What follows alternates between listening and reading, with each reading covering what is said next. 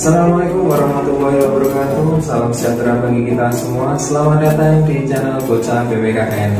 Pada video kali ini saya ingin berbagi dan belajar, yaitu membuat video rangkuman pembelajaran pendidikan Pancasila dan kewarganegaraan di era digital. Dan tidak lupa kata yang selalu memotivasi saya, yaitu bisa karena terbiasa. Jangan lupa dukung channel ini dengan cara klik tombol subscribe-nya, klik tombol loncengnya, like, komen, dan share. Semoga bermanfaat bagi kita semua. Pada tujuan pembelajaran, setelah mempelajari materi ini, siswa diharapkan mampu yang pertama memahami hakikat perlindungan dan penegakan hukum, dan yang kedua menganalisis peran lembaga penegak hukum dalam menjamin keadilan dan kedamaian, yang ketiga memahami dinamika pelanggaran hukum. Selanjutnya menuju peta materi. Pada peta materi kita masih membahas mengenai perlindungan dan penegakan hukum di Indonesia. Pada subbab C, peran lembaga penegak hukum dalam menjamin keadilan dan kedamaian. Dan yang akan kita bahas yaitu adanya pengertian keadilan, lalu jaminan keadilan dalam kehidupan berbangsa dan bernegara, lalu peran lembaga penegak hukum. Selanjutnya kita menuju materi pembahasan. Peran lembaga penegak hukum dalam menjamin keadilan dan kedamaian. Dalam konteks berbangsa dan bernegara, keadilan merupakan hak mutlak bagi setiap warga negara. Keadilan tersebut harus menyangkut semua aspek kehidupan, baik dalam hukum, politik, maupun kesejahteraan ekonomi. Ketidakadilan dapat menciptakan kecemburuan, pertentangan, kesenjangan, dan disintegrasi bangsa. Yang pertama, terdapat pengertian keadilan. Keadilan berasal dari kata dasar adil yang mempunyai arti jujur, kelurusan, dan keikhlasan yang tidak berat sebelah. Kata adil adalah suatu sikap yang tidak memihak, tidak ada yang lebih atau tidak ada yang kurang atau tidak pilih kasih. Dan juga bisa dikatakan adil apabila semua orang mendapatkan hak menurut kewajibannya. Berikut ini pengertian keadilan menurut ahli. Yang pertama, John Rawls menyatakan keadilan adalah jaminan stabilitas hidup manusia dan keseimbangan antara kehidupan pribadi dan kehidupan bersama. Dalam hal ini lebih ditekankan pada kehidupan sosial. Dan yang kedua ada Plato, menyatakan keadilan diproyeksikan pada diri manusia, sehingga orang dikatakan adil adalah orang yang diri dan perasaannya dikendalikan oleh akal. Menurut Plato, keadilan ada dua jenis. Yang pertama, keadilan moral, yaitu suatu perbuatan yang dapat dikatakan adil secara moral apabila telah mampu memberikan perlakuan yang seimbang antara hak dan kewajiban. Dan yang kedua, keadilan prosedural, yaitu suatu perbuatan dikatakan adil jika seseorang telah mampu melaksanakan perbuatan adil berdasarkan tata cara yang telah ditetapkan. Yang kedua, jaminan keadilan dalam kehidupan berbangsa dan bernegara. Keadilan yang hendak dicapai oleh bangsa Indonesia bukan keadilan yang diperuntukkan oleh sekelompok orang saja atau penguasa, namun keadilan bagi seluruh rakyat Indonesia. Indonesia merupakan negara yang memberikan jaminan terhadap keadilan bagi warga negaranya. Hal tersebut terbukti dengan diaturnya Keadilan Dasar Negara dan Undang-Undang Negara Republik Indonesia tahun 1945. Terdapat pada Pancasila, yaitu sila kedua kemanusiaan yang adil dan beradab, lalu sila kelima keadilan sosial bagi seluruh rakyat Indonesia.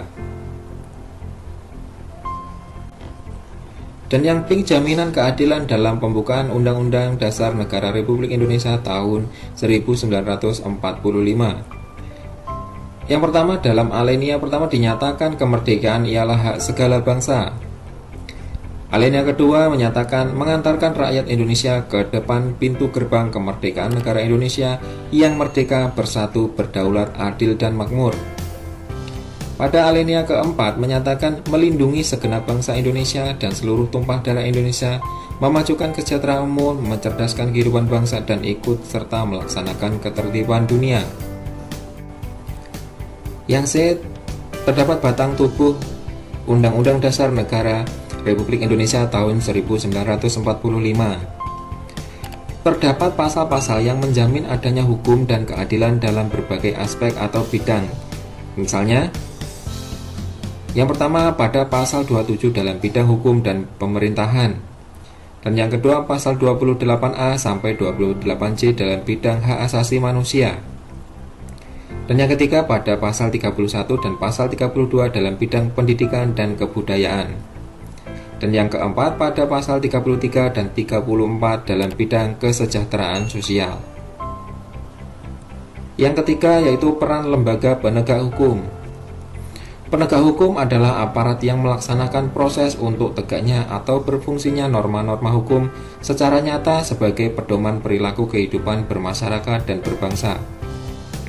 Unsur dari penegak hukum terdiri atas polisi dan pengadilan. Berikut penjelasannya. Yang pertama, terdapat Kepolisian Negara Republik Indonesia. Kepolisian Negara Republik Indonesia merupakan alat negara yang berperan dalam memelihara keamanan dan ketertiban masyarakat, menegakkan hukum, memberikan perlindungan, pengayoman, dan pelayanan kepada masyarakat dalam rangka terpeliharanya keamanan dalam negeri. Dalam melaksanakan tugas menegakkan hukum, kepolisian mempunyai wewenang yang diatur dalam pasal 16 Undang-Undang Nomor 2 Tahun 2002, yaitu diantaranya sebagai berikut. Yang pertama, melakukan penangkapan, penahanan, penggeledahan, dan penyitaan. Dan yang kedua, melarang setiap orang meninggalkan atau memasuki tempat kejadian perkara untuk kepentingan penyidikan. Yang ketiga, membawa dan menghadapkan orang kepada penyidik dalam rangka penyidikan. Yang keempat, menyuruh orang berhenti yang dianggap dicurigai dan menanyakan serta memeriksa tanda pengenal diri. Yang kelima, memanggil orang untuk didengar dan diperiksa sebagai tersangka atau saksi. Dan yang keenam, mendatangkan orang ahli yang diperlukan dalam hubungannya dengan pemeriksaan perkara. Dan yang ketujuh, mengadakan penghentian penyidikan. Dan yang kedelapan, menyerahkan berkas perkara kepada penuntut umum. Dan nanti lebih jelasnya bisa kalian lihat pada pasal 16 Undang-Undang Nomor 2 Tahun 2002 untuk lebih lengkapnya. Selanjutnya, Kejaksaan Republik Indonesia. Undang-Undang Nomor 16 Tahun 2004 tentang Kejaksaan Republik Indonesia pada pasal 2 ayat 1 dan ditegaskan dalam pasal 2 ayat 2 Undang-Undang Nomor 16 Tahun 2004 bahwa kejaksaan adalah lembaga pemerintah yang melaksanakan kekuasaan negara di bidang penuntutan secara merdeka. Artinya bahwa dalam melaksanakan fungsi dan tugas wewenangnya terlepas dari pengaruh kekuasaan pemerintah dan pengaruh kekuasaan lainnya dengan tujuan melindungi profesi jaksa dalam melaksanakan tugas profesionalnya. Menurut KUHAP, hakim merupakan pejabat peradilan yang diberi wewenang oleh undang-undang untuk mengadili. Hakim untuk menerapkan apa yang tertulis dalam hukum untuk menyelesaikan sengketa secara tepat sehingga dapat membuahkan kepastian hukum, rasa adil, dan kedamaian secara proporsionalnya. Tugas hakim dalam persidangan adalah memeriksa dan mengadili perkara. Ini diklasifikasikan menjadi 3 tahap, yaitu sebagai berikut. Yang pertama, constating. Pada tahap ini hakim memberikan pernyataan tentang benar atau tidaknya peristiwa yang diajukan, meliputi menemukan fakta, menemukan sebab perkara dan karakteristik. Yang kedua, kualifisir. Pada tahap ini hakim kemudian mengkualifikasikan adanya hubungan hukum atau perbuatan melawan hukum atau tidak, meliputi menemukan dan memilih sistem hukum yang tepat, lalu menemukan hukum yang tepat, menemukan metode penyelesaian yang tepat, dan mendesain hukum agar cocok dengan karakteristik perkara.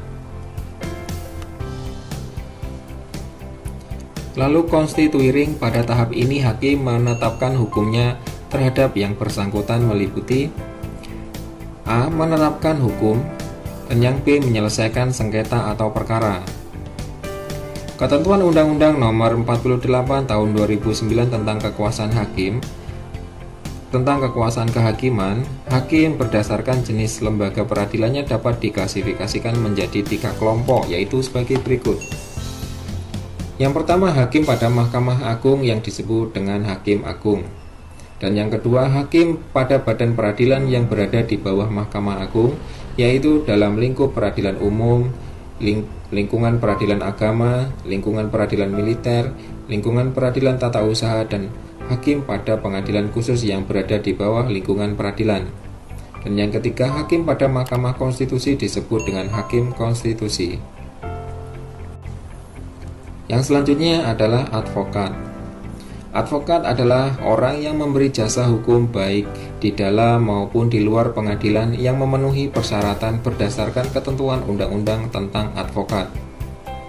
Dalam ketentuan pasal 5 ayat 1 Undang-Undang Nomor 18 Tahun 2003 tentang advokat menyatakan bahwa status advokat sebagai penegak hukum mempunyai kedudukan setara dengan penegak hukum lainnya dalam upaya menegakkan hukum dan keadilan. Namun status advokat selain bermakna sebagai penegak hukum juga bermakna sebagai profesi.